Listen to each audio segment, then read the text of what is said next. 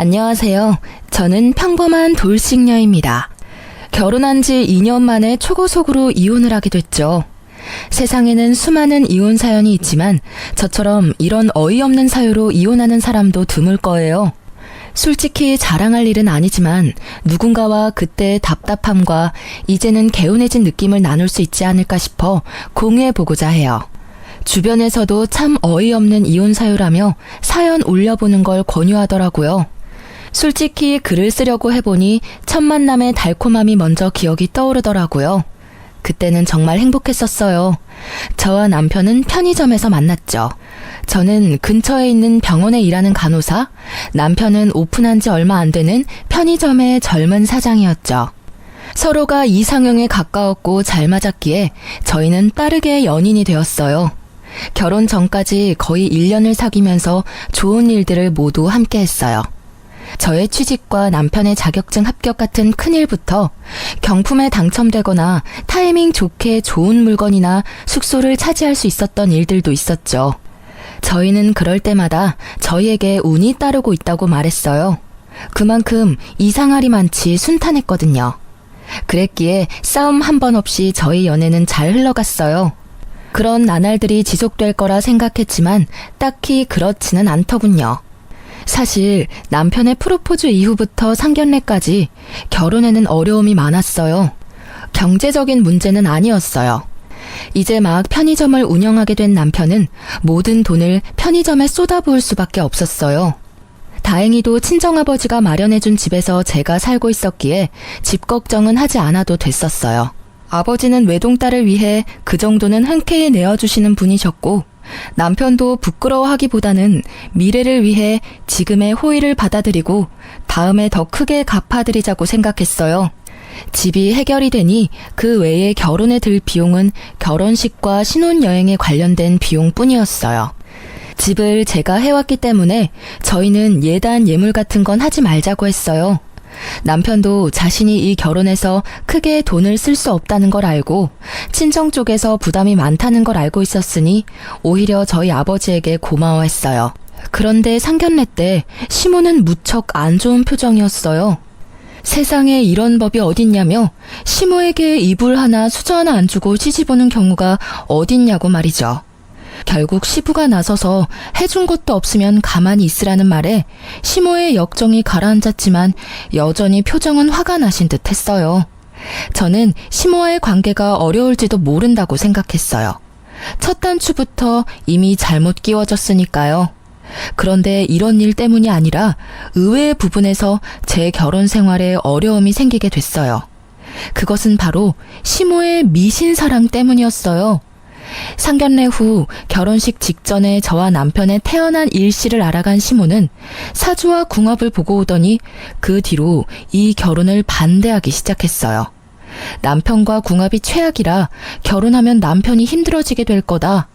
그런데 아내는 남편 덕을 많이 볼 사주고 결국 말년에는 남편 잡아먹을 사주라고요. 그 이야기를 진지하게 하시는데 처음에는 저도 남편도 어이가 없었어요. 1년 동안 잘 사귀었는데 갑자기 저런 말을 들어도 믿기지 않는 게 당연하잖아요. 게다가 사귀는 동안 좋은 일도 많았고 오히려 나쁜 일은 거의 없었거든요. 그러니 궁합이 맞지 않는다는 말 자체가 어이가 없었던 거죠. 역시나 남편은 시모의 말에 크게 반발했고 시부 또한 시모의 말에 크게 기함을 했어요. 그렇지만 시모는 아랑곳하지 않고 저희의 결혼을 반대했어요. 하지만 남편은 시모의 반대를 무릅쓰고 이 결혼을 성사시켰어요. 그렇게 어렵게 결혼한 저희였지만 이상하게도 아이는 일찍 생기지 않았어요. 빨리 아이를 가지고 싶었지만 제 뜻대로 되지는 않더라고요. 그리고 그런 부분에서도 시모의 공격은 여전했어요.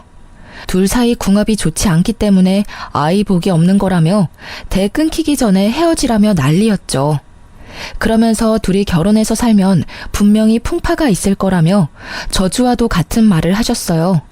그렇지만 남편은 제게 사랑을 약속했고 저도 남편을 열심히 내조하기로 했잖아요. 시모가 더 집요하게 굴수록 저희의 결속은 더 강해졌어요. 더 잘 살아야지, 더 행복해져야지 그런 마음이 있었던 것 같아요. 그러나 그런 저에게도 참지 못할 일이 벌어졌어요. 결혼 1년 차가 되던 해의 일이었어요. 시모와 함께 우리 신혼집을 방문하기로 했던 시부가 교통사고로 병원에 입원했다는 연락을 받았어요. 무척 놀란 저희였지만 불행 중 다행인지 시모는 많이 다치지 않았고 시부도 골절 정도라 중환자실까지는 가지 않아도 됐어요. 저희 집으로 찾아오는 도중에 사고가 났기에 저와 남편은 부랴부랴 병원으로 향했어요.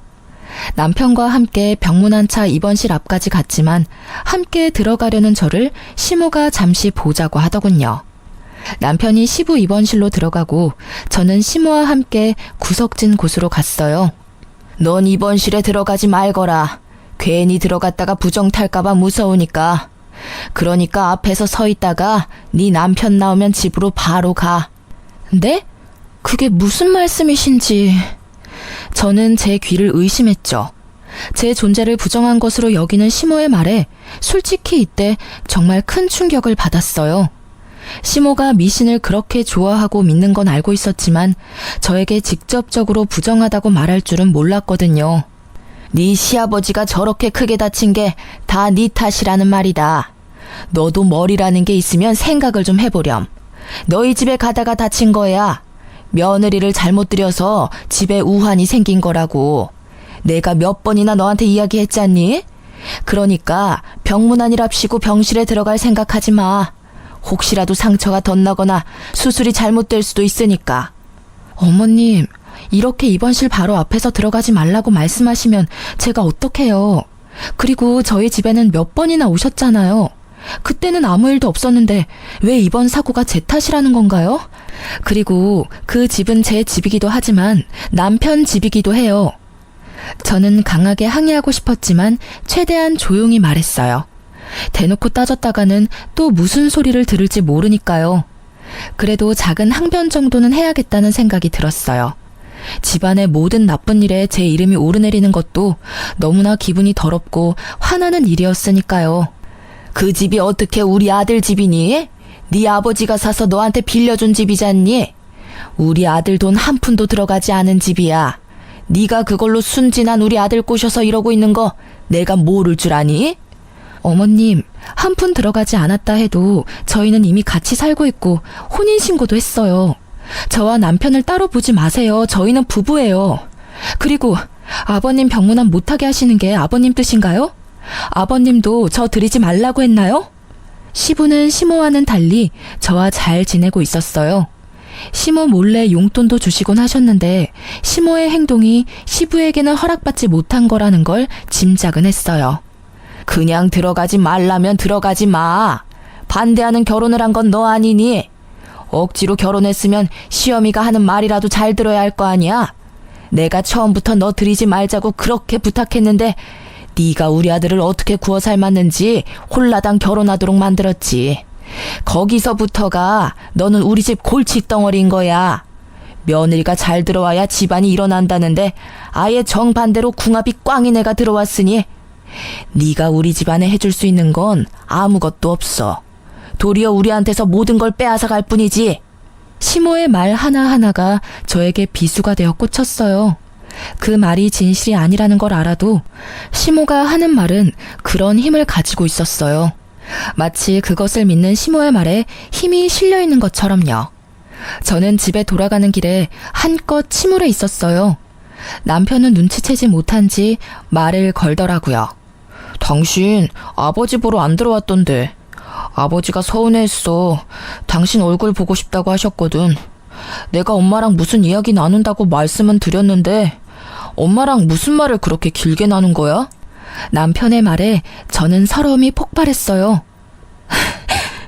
자기야, 나 너무 힘들어. 어머님이 나더러 아버님 병실에 들어가지 말라고 하셨어. 내가 들어가면 부정탄데 내가 병균이야? 내가 아버님 사고 일으킨 것도 아닌데 다 내 탓이라고만 하셔. 게다가 내가 순진한 당신 꼬셔서 결혼했다면서 나한테 엄청 심한 말까지 하셨어. 이대로 내가 계속 참아야 하는 거야? 우리 둘만 행복하면 될 거라고 생각했는데 이렇게 자주 뵐 줄 알았으면 결혼 전에 해결을 보는 게 맞았어. 결국 참고 있던 눈물이 흐르고야 말았어요. 남편은 저의 눈물에 당황한 듯 급히 차를 세우더라고요. 그리고는 저를 안고는 달래줬어요. 여보, 그런 말 듣게 해서 미안해. 내가 미리 알아차리고 그런 일 없도록 만들었어야 했는데 정말 미안해. 엄마가 정말 너무했네. 어떻게 아버지 아픈 게 당신 탓이야? 절대 그런 거 아니고 그럴 리 없다는 걸 내가 알잖아. 그러니 울지 마. 내가 더 잘해줄게. 저는 남편의 그 말에 꽉 막혀있던 응어리가 풀리는 것을 느꼈어요. 그리고 억울한 마음과 분노를 삼키며 시모에게 보란 듯이 더 잘 살겠다고 다짐까지 했죠. 그런데 그런 다짐에도 저희의 상황은 그리 좋지 않았어요. 남편의 편의점 사업이 그다지 좋지 않았거든요. 결혼 후에 남편이 편의점에 없는 2시간 정도를 시모가 맡아서 봐주고 있었는데 남편이 없어서 그런지 매출이 점점 줄고 손님이 끊긴다고 하더라고요. 그래서 침울한 남편을 위로하기 위해 저는 반차를 쓰고 남편이 좋아하는 수제버거를 사서 편의점으로 향했어요. 아직 시모가 있을 시간이라 저는 편의점 뒤쪽에서 시모가 나가기를 기다리고 있었어요. 그런데 열린 문 사이로 시모와 남편의 대화가 들리더라고요. 예, 아무리 생각해도 너 편의점 잘 안 되는 거 말이다. 네 와이프 때문인 것 같아. 걔 사주가 너무 나빠서 남편 운이 풀리지 않는 거래. 어떻게든 해야 하지 않겠니? 이러다 너뿐만이 아니라 온 집안이 망하겠어. 네 아버지 일도 요즘 안 풀려서 매번 스트레스 받는데 나도 이제 몸이 안 좋아서 이 일 하기도 벅차. 너 결혼하고 나서부터는 내 몸도 점점 안 좋아진다. 어머니, 제발 그만 좀 하세요. 미신을 가지고 와서 이러시면 진짜 저도 힘들다고요. 그런 게 있을 리가 없잖아요. 일이 안 풀릴 때마다 와이프 탓하면 기분이 좀 좋아지시는 거예요? 그래서 못 잡아먹어서 안달이신 거냐고요? 왜 그런 게 없어? 사람들이 사주궁합 왜 그렇게 많이 알아보는지 아니? 그게 다 신빙성이 있으니까 알아보는 거야. 우리도 미리 알아봤다면 너랑 걔 연애도 못하게 했을 텐데. 아무 생각 없이 있다가 우리도 뒤통수 맞은 거지. 너 우리 집 장손이야. 네 인생이 순탄해야 우리 집안도 순탄하지 않겠어? 그리고 걔가 요즘 일 잘 풀리는 건 다 네 덕분이라고. 넌 이렇게 비실거리는데 네 마누라는 아주 팔자 폈잖아. 부부 2사람 중에 하나라도 좋은 게 어디예요. 어머니, 제발 그런 말씀 그만하시고 이제 그만 며느리로 인정 좀 해주세요. 매번 이렇게 구시면 제가 어떻게 아들 노릇을 해드려요. 어떻게 그만두니? 내 눈에 흙이 들어와도 걔는 내 며느리감으로 못 써. 네가 아무리 애원해도 안 되는 건 안 되는 거야. 내가 나 때문에 이러는 줄 아니? 다 너 잘 되라고 이러는 거 알잖니? 그런 어미한테 어떻게 너 마누라 편만 들어? 예, 그러지 말고 진짜 다시 한번 생각해봐. 정말로 그 애랑 이혼할 생각 없니? 이혼이라는 이야기를 듣자마자 제 인내심은 뚝 하고 끊어졌어요. 결국 저는 편의점 안으로 뛰어들었어요. 어머님, 말씀을 너무 심하게 하시는 거 아니에요? 어떻게 저라는 사람은 제대로 보지도 않으면서 사주와 궁합만 그렇게 맹신하시는 건데요. 아니, 그딴 미신이 그렇게 중요하대도 이미 전 며느리가 됐잖아요. 이미 법적으로도 부부가 된 저희에게 어떻게 이혼하라고 강요하실 수 있어요? 외부인은 나서지 마. 나는 너 며느리로 취급한 적 없다. 네가 어거지로 들어와서 그 자리 꿰어찬 것뿐이야. 누가 너 받아주기나 했니? 네 얼굴 볼 때마다 화가 나서 죽겠어 그냥. 왜 도움도 안 되는 여자를 만나서 집안의 풍파를 이렇게 일으키냔 말이야. 제가 그렇게 노력을 해도 보지 않으려고 한 건 어머님이세요. 얼마나 더 노력을 해야 그런 미신이 아닌 저를 봐주실 건가요? 저를 봐주시기는 할 건가요? 안 맞으면 맞춰서 살아가면 되잖아요. 제가 아무리 노력하면 뭐래요? 어머님이 저라는 사람을 알려고 하지도 않는데. 그래서 억울하다는 거니? 노력하지 마. 왜 노력을 해? 노력을 해도 안 되는 게 있는 거야. 이거 봐라. 지금도 너 나한테 바락바락 대드는 거. 그거 노력이라고 하고 있는 거니? 네가 노력을 하고 싶으면 그냥 우리 아들이랑 헤어지면 되는 거야. 그거 하나면 되는데 뭘 노력을 한다고 난리야? 그 말에 저는 머리가 핑하고 어지러워지더라고요. 뭐라 따지려고 하는데 남편이 저를 말리더라고요. 자기야, 집에 들어가 있어. 나도 금방 따라갈게. 결국 남편 말에 집으로 돌아온 저는 분함을 삭힐 수가 없었어요. 돌아온 남편은 또다시 저를 위로해줬어요. 자기가 이해해. 엄마는 너무 옛날 분이시고 그런 걸 믿던 시대에 살았잖아. 그렇다고 자기랑 내가 결혼한 지 1년이나 됐는데 여태껏 그 사주라는 걸로 나를 괴롭히는 건 너무하잖아. 어머님이 그런 이야기하는 거 너무 싫어. 솔직히 앞으로 어머님이랑 얼굴도 마주하고 싶지 않아. 미쳐버리겠다고. 미안해. 그러면 앞으로 우리 집 행사 있을 때는 내가 갈게. 자기는 집에서 쉬어. 그걸로 자기가 안심할 수 있으면 그렇게 하자. 친정도 좀 자주 다니고. 내가 해줄 수 있는 게 많이 없어서 미안해. 남편의 말에 저는 안도감을 느꼈어요. 그리고 시모에 대한 분노를 아주 조금 누를 수 있었죠. 어찌됐든 당장 눈앞에 볼 일은 없었으니까요. 그리고 그렇게 시모를 보지 않는 날이 늘어나면서 저의 마음에 평화가 찾아오는 듯 했어요. 그런데 그 평화는 오래가지 않더라고요. 단 한 사람의 등장으로 그 평화는 깨져버렸어요. 새로 들어온 직원 때문에요. 시모와 한바탕 한 뒤에도 남편의 편의점은 그다지 좋아지지 않았어요. 그때 시모의 권유로 직원을 새로 들였어요. 시모가 힘이 들어 편의점을 봐주지 못할 것 같다며 자신을 대신할 사람을 남편에게 소개시켜줬다고 하더라고요. 처음에는 별 생각이 없었어요. 오히려 더 좋았죠. 남편 편의점에 더 자주 갈 수 있겠다 싶은 생각이었으니까요. 직원 이력서를 슬쩍 보니 나이는 남편이랑 동갑인데 얼굴은 앳된 귀여운 얼굴의 여성이었어요. 알바라고는 하는데 시간은 정직원처럼 길었어요. 남편은 그 여직원에게 일을 가르치느라 점점 늦게 들어오기 시작했어요. 그리고 그런 시간이 많아질수록 저는 점점 불편하고 짜증나는 기분을 느낄 수밖에 없었어요. 당신 요즘 너무 늦게 들어오는 거 아니야? 새로 직원도 뽑았는데 왜 당신이 매번 늦어? 피곤하지 않아? 아, 직원이 좀 불안하대. 요새 그 근처 치안도 좀 안 좋고 해서 내가 잠깐 봐주는 거야. 그래도 그렇지. 이렇게 늦게까지 있으면 당신 쉴 시간도 없고. 저녁 늦게 피곤하다고 알바 뽑은 건데 그러면 뽑은 의미가 없잖아. 그렇다고 무섭다는 사람을 어떻게 혼자 둬? 당신도 참 냉정해. 이럴 때 보면 너무 차가워. 그런 의미로 말한 게 아니잖아. 나는 그저 당신이 힘들까봐. 걱정해줘도 모자랄 판에 직원을 비판하는 게 말이 돼? 갑자기 저를 차가운 사람 운운하는 남편의 모습에 저는 당황했어요. 제가 틀린 말을 한 건 아니잖아요?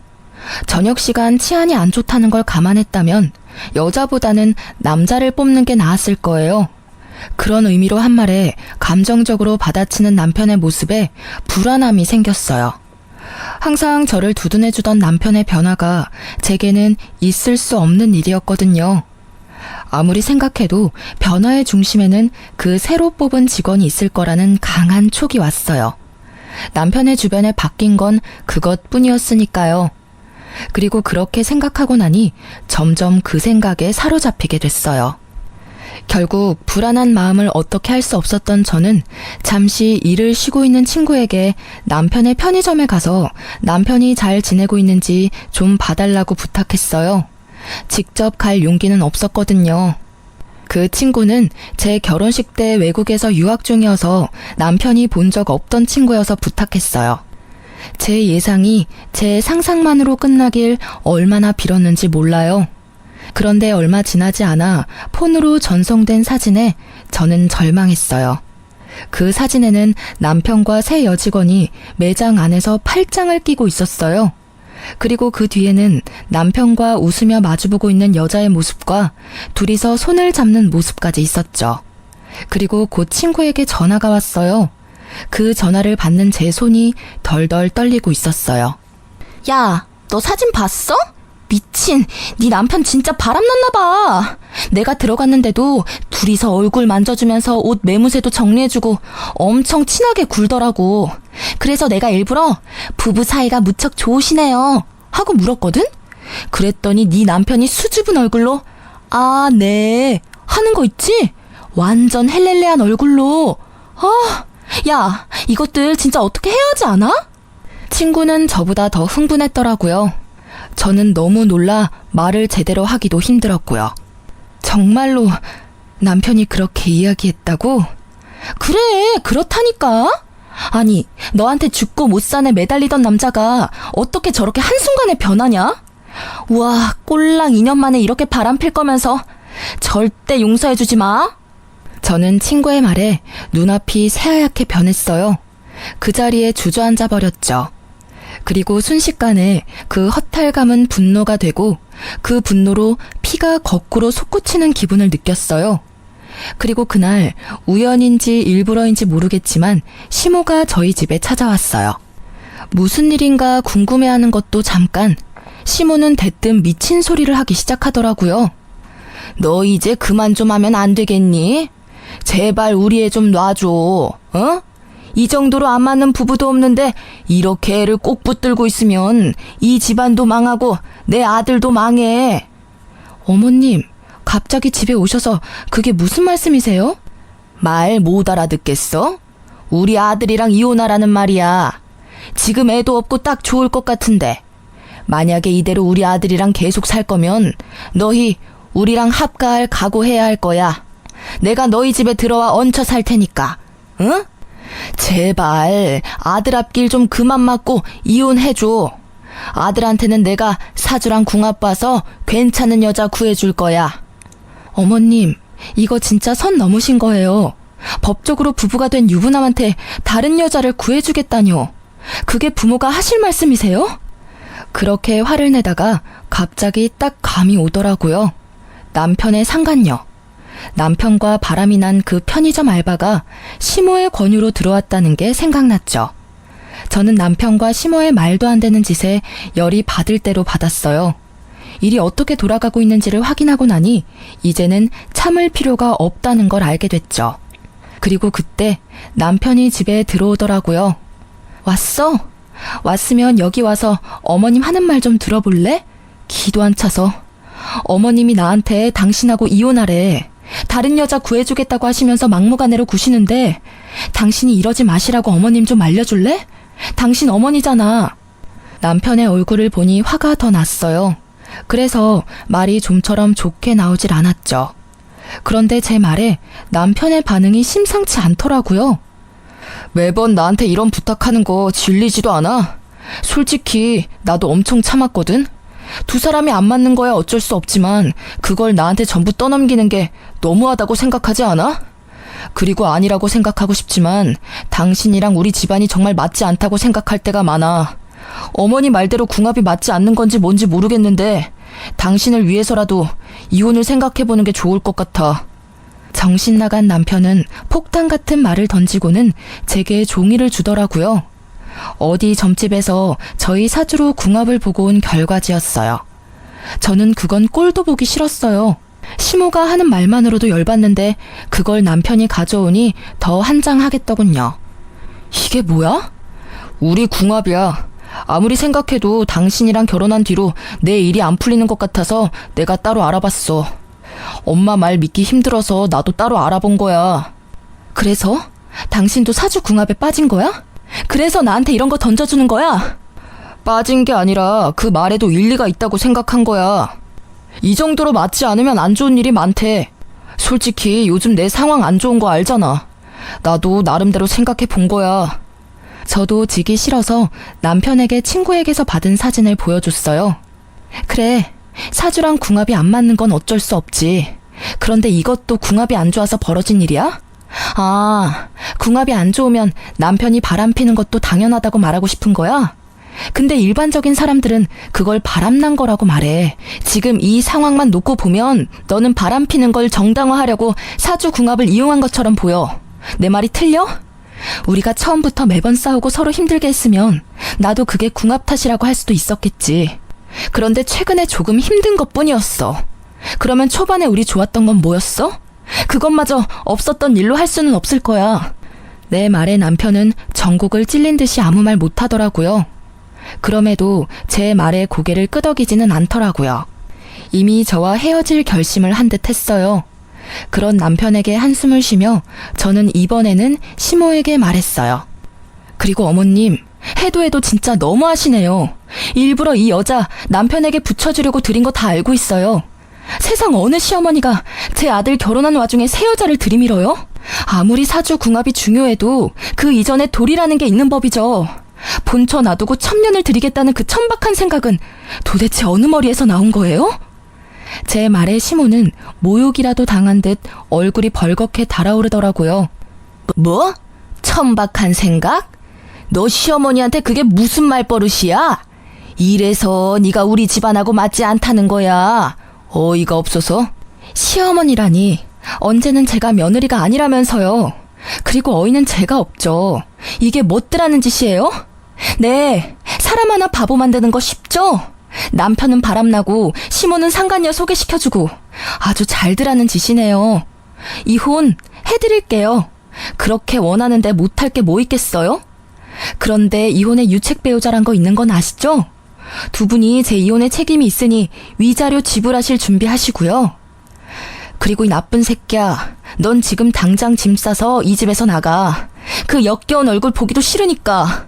제 말에 남편과 시모의 얼굴이 활짝 피더라고요. 잘 됐네, 잘 됐어. 드디어 이혼하게 됐어. 당장 이 집에서 나와서 우리 집으로 들어와.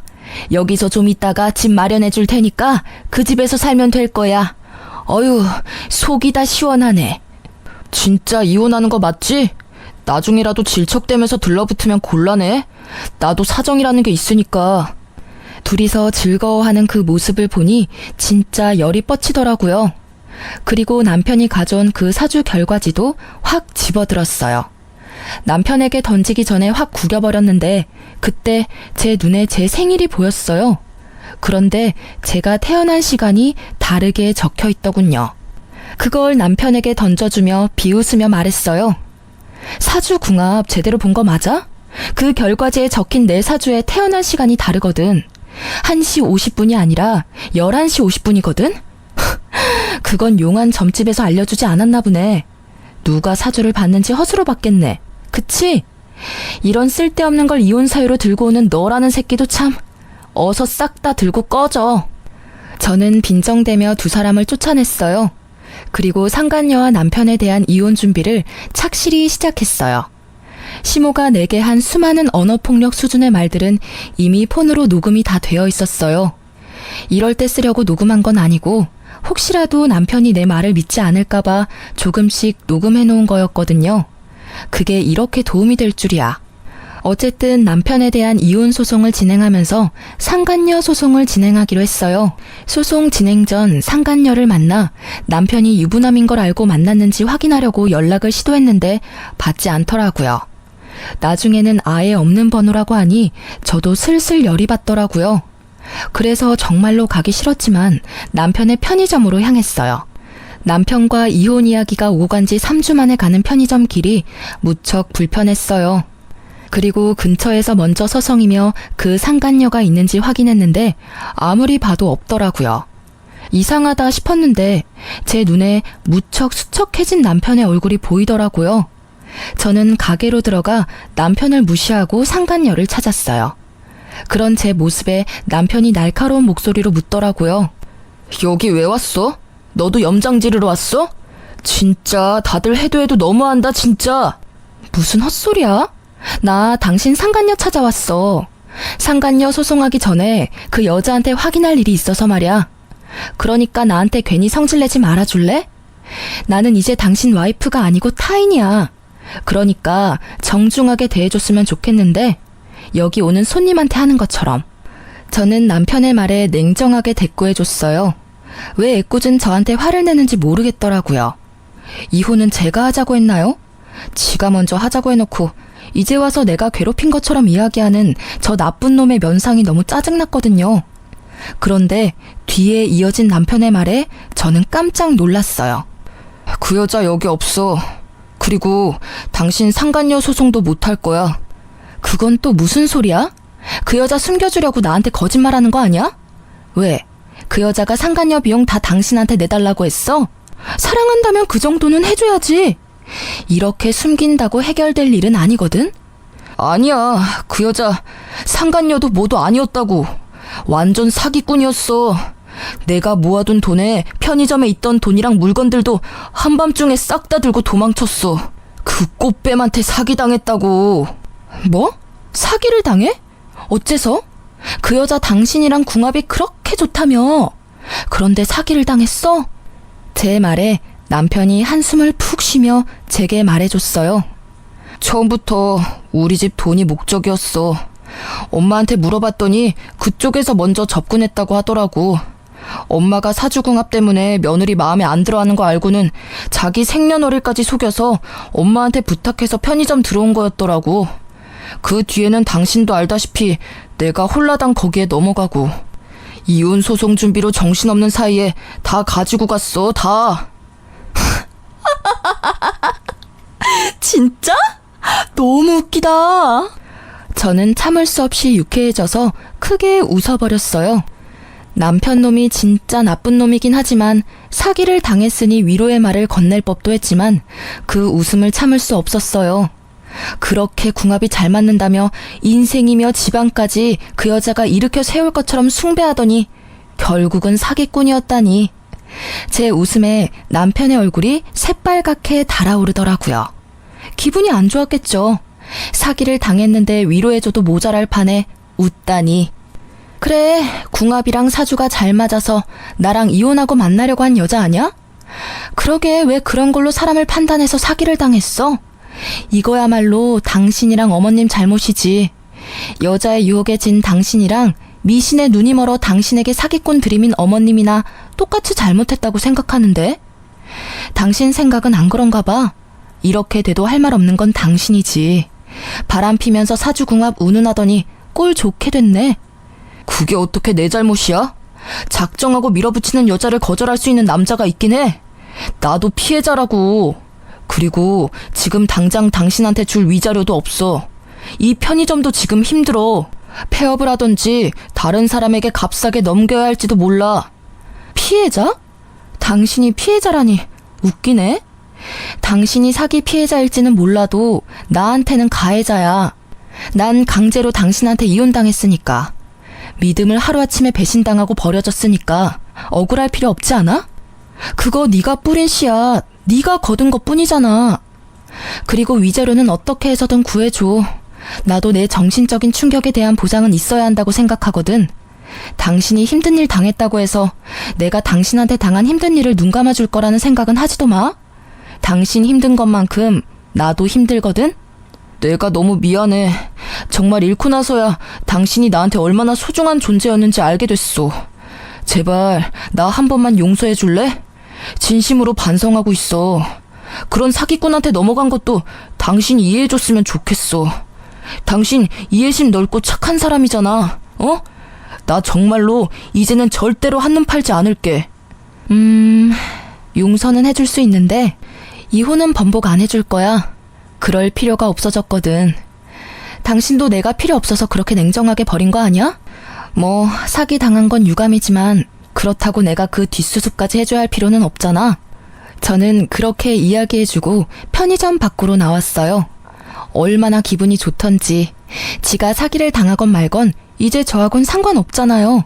도리어 저를 버리게 된 원인인 상간녀에게 사기당했다는 사실이 너무 기분 좋았어요.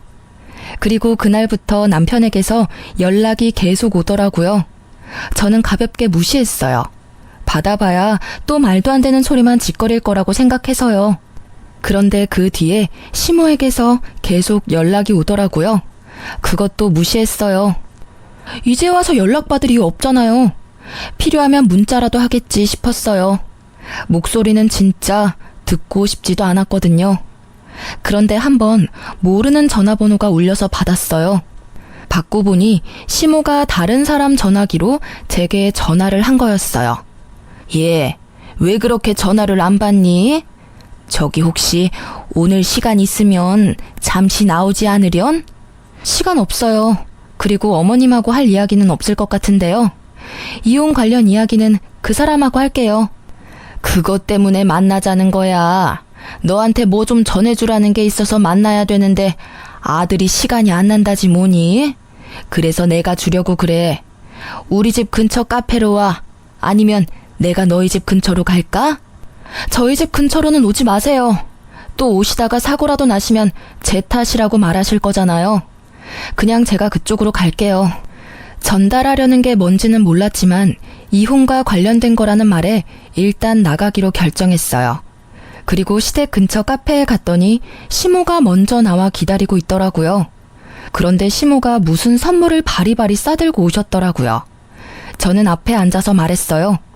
무슨 물건 주려고 보자고 하셨어요? 일단 이것부터 좀 받으렴.